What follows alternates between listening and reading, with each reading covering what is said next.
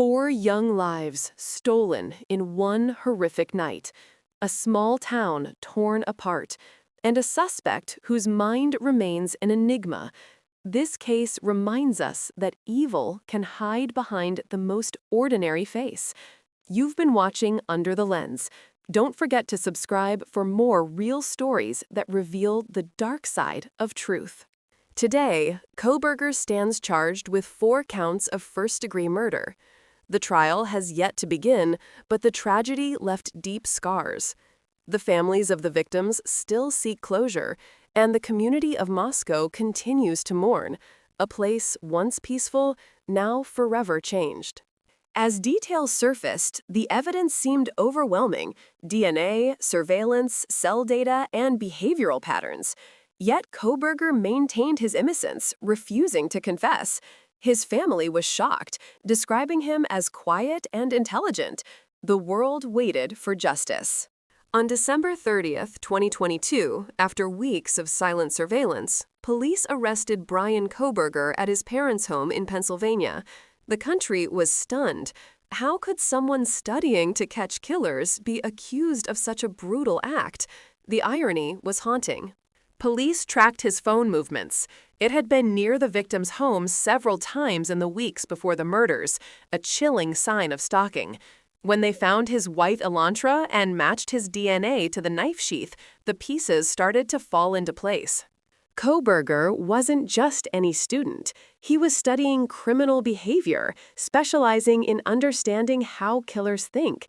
He had written academic papers about the psychology of murderers, and yet his own digital footprint placed him near the victim's house that night.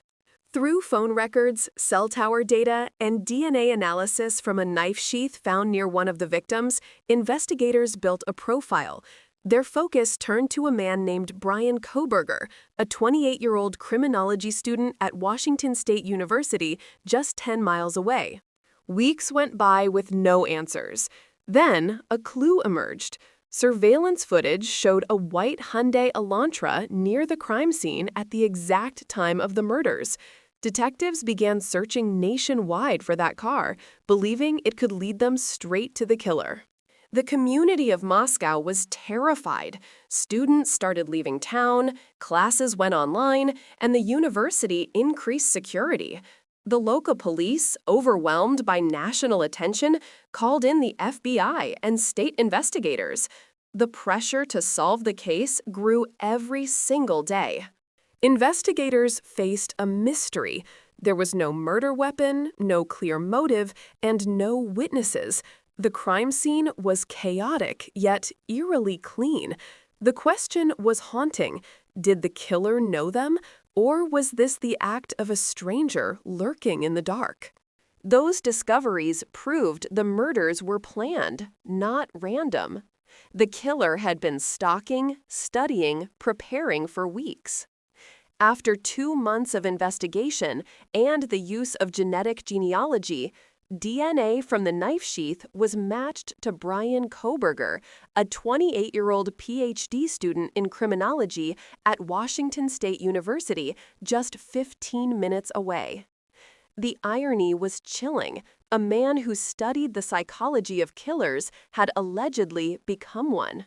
Yet Dylan didn't call the police until 8 hours later.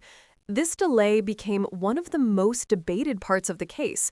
Was it fear, confusion, or something else? With no clear suspect, investigators turned to technology and data. Surveillance footage showed a white Hyundai Elantra circling the house before and after the murders. Phone records revealed that the suspect's phone had been near the victim's home at least 12 times before the crime. Investigators faced a chilling mystery.